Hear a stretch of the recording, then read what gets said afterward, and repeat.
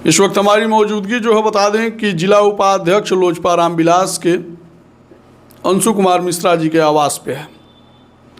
सबसे पहले स्वागत करेंगे और राजनीतिक माहौल है तो राजनीतिक माहौल पे चर्चा भी करेंगे। बहुत बहुत स्वागत है जी। नमस्कार और आपके सभी श्रोताओं को भी बहुत बहुत धन्यवाद।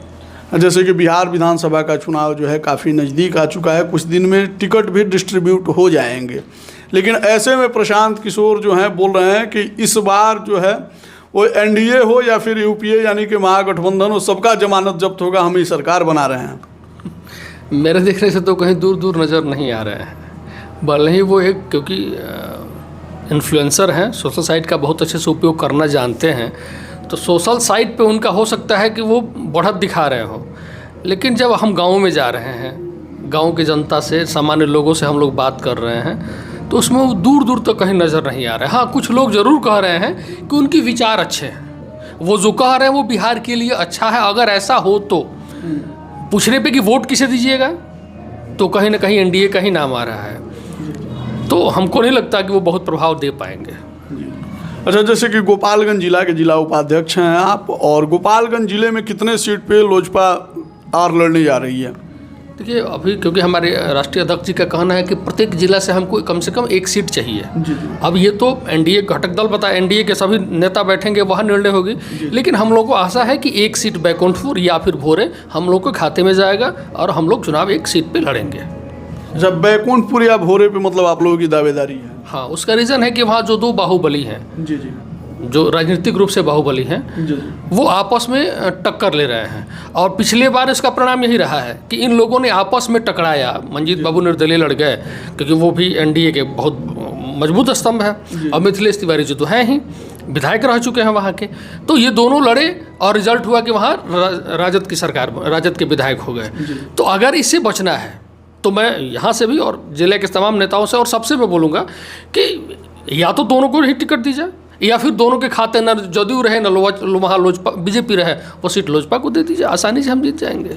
आसानी से आप लोग जीत जाएंगे? हाँ। तो क्या गारंटी है कि ये लोग नहीं लड़ेगा? नहीं लड़ेंगे, नहीं लड़ेंगे, क्योंकि लोजपा ऐसी पार्टी है जिसे किसी का कोई विरोध नहीं है। हमारे वहाँ के जो प्रत्याशी अनूप तिवारी जी भी हैं, उनका भी दोनों का सानिध्य प्राप्त है। जी।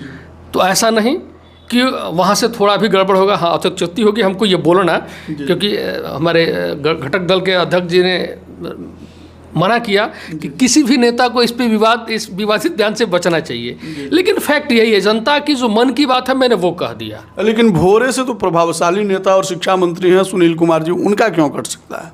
तो वहाँ का मैंने, क्योंकि वहाँ का मैं प्रभारी भी हूँ जी, और मैंने जो सर्वे किया है उसमें कहीं दूर है नहीं कि उन्होंने वो काम किया है जो पिछले 50 सालों में नहीं हुआ है। वहाँ बिहार के लिए भी शिक्षा के क्षेत्र में उन्होंने बहुत बड़ी योगदान दी है, लेकिन जनता है, जनता को कुछ और पसंद है, एंटी इनकम्बेंसी है वहाँ एंटी इनकम्बेंसी बनी है, और उसका वो रिजर्व सीट है और हमारी पार्टी आरक्षित पार्टी है, तो उस हिसाब से भी अगर वो लोजपा के खाते में जाता है तो आसानी से हम लोग निकाल लेंगे, वहाँ कोई दिक्कत नहीं। यानी कि दोनों में से एक कोई सीट चाहिए? हमें तो एक चाहिए, जिला में एक सीट तो हमें चाहिए, ये हमारे राष्ट्रीय अध्यक्ष जी का कहना है। जी जी। अच्छा, जैसे कि प्रशांत किशोर जो हैं, ठीक है, भारतीय जनता पार्टी के नेताओं पे हावी हैं, ठीक है, जेडीयू के नेताओं पे हावी हैं, लेकिन लोजपा के किसी नेताओं पे हावी नहीं है। क्या लोजपा मतलब इन फ्यूचर जनसुराज से अपनी साठ गांठ बैठा सकती है क्या? नहीं, हम बेदाग हैं, हम दागदार लोग नहीं हैं, हम पे कहीं कोई उंगली उठाने लायक हम पॉइंट ही नहीं छोड़े हैं। आप हमको कहाँ ढूंढिएगा? हमने कभी ऐसे लोगों को साथ में नहीं रखा जिन पे दाग लगी हो। आज भी हम लोग को सख्त इंस्ट्रक्शन है प्रदेश अध्यक्ष जी का और जिला अध्यक्ष जी का कि अंशु, एक भी ऐसे सदस्य को नहीं जोड़ना है जिस पे कहीं भी दाग लगी हो। जी। प्राथमिक सदस्यता दूसरी चीज़ होती है, सक्रिय सदस्य उन्हीं को बनाना है जो एक्टिव हो। जैसे अभी कल ही हम लोग की ऑनलाइन प्रक्रिया शुरू हो गई है कल से, और लार्ज बड़ी मात्रा में हम लोग उसके लिए ऑनलाइन सबको जोड़ने का काम कर रहे हैं। बहुत बड़ी अभियान चली है जिसमें लोक जनशक्ति पार्टी के जो राष्ट्रीय वो ट्विटर है या फिर फेसबुक है, उस पर उस लिंक को शेयर किया गया है, और हम सब लोग लग भी गए हैं उसको ज़्यादा से ज़्यादा सदस्यों को जोड़ने के लिए। तो उसमें एक बाउंडेशन है हम लोगों का कि हमें उसको ही जोड़ना है जो बेदाग हो। जी जी। तो हम पे प्रशांत किशोर जी क्या कर लेंगे? हाँ, अगर हम चाह दें तो प्रशांत जी की ज़रूर खटिया खड़ी कर देंगे, क्योंकि हम उनकी गोपनीयता को जानते हैं, लेकिन हमें इससे मतलब नहीं, क्योंकि हम लोग किसी को दबा के बढ़ना नहीं चाहते हैं, किसी लाइन को काट के हम लोग अपने आप को बड़ा नहीं बनाएंगे, हम अपने आप को बढ़ा लेंगे। मैं अपनी लाइन को ही बड़ी खींच दूंगा जिससे वो लाइन स्वतः छोटी हो जाए। लेकिन कुछ दिन पहले जो है, ठीक है, कुछ दिन पहले आप ही के पार्टी के नेता हाल फिलहाल में ज्वाइन किए थे, रईस खान, उनको प्रशासन ने उठा लिया, फिर उनके ऊपर आरोप लगे हुए थे और आप बोल रहे हैं कि आपके पार्टी में बेदाग लोग रहते हैं। एक बात ये तो मुझसे नहीं बोलनी चाहिए, लेकिन मेरे हिसाब से मैंने जो देखा है, रईस खान जी भले ही वो पार्टी में आए, लेकिन उनकी सदस्यता नहीं है, उनके बेटे की सदस्यता मेरे यहाँ है। रईस खान जी की सदस्यता नहीं है, उनकी बेटे की सदस्यता है, वो हमारे पार्टी में बोल सकते हैं कि है। उसमें रईस खान से क्या फ़र्क पड़ता है? अगर हमारे पार्टी से कहीं, ये मैं नहीं जानता क्या होने वाला है, लेकिन हमने जो छपरा के कार्यक्रम में मैंने जो देखा, टिकट मिलती भी है तो उनके बेटे को मिलने जाएगी, उनके बेटे को मिलने जाएगा। तो कहाँ से हम कह दें कि भाई अब ये थोड़ा है कि मेरे पापा पंडित जी हैं तो मैं भी पुरोहित कर्म करूँगा, ये ज़रूरी नहीं है। मैं स्कूल चलाता हूँ, राजनीति में हूँ, मैं अगर नेता हूँ तो कोई ज़रूरी नहीं कि मेरा बेटा नेता ही बनेगा, हो सकता है IAS IPS बने, तो ये अलग चीज़ें हैं।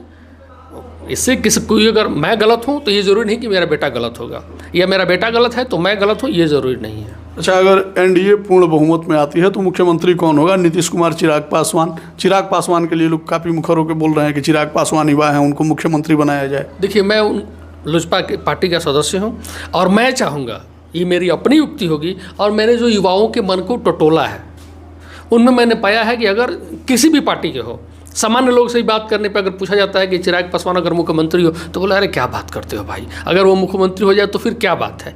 किसी भी जाति, किसी भी धर्म को उनके नाम पे कोई वो नहीं उठता है, इफ बट नहीं उठता है, नहीं, उनको तो बनाना चाहिए, वो चाहे किसी भी जाति, किसी भी धर्म से हो। तो वो एक ऐसे चेहरा है जिस पे NDA को एक बार सोचना तो जरूर चाहिए, और मैं चाहूँगा कि वो मुख्यमंत्री बने। बाकी NDA जाने किसको मुख्यमंत्री बनाएगी, ये तो बात की बात है। अच्छा, जैसे कि मान लीजिए एक अभी स्लोगन चल रहा है कि 2025 फिर से नीतीश और 225, क्या फिर मतलब ये स्लोगन जो है चरितार्थ हो सकता है, या फिर ये केवल बस स्लोगन मात्र है, जैसे कि लोकसभा चुनाव में हुआ कि अब की बार 400 पार?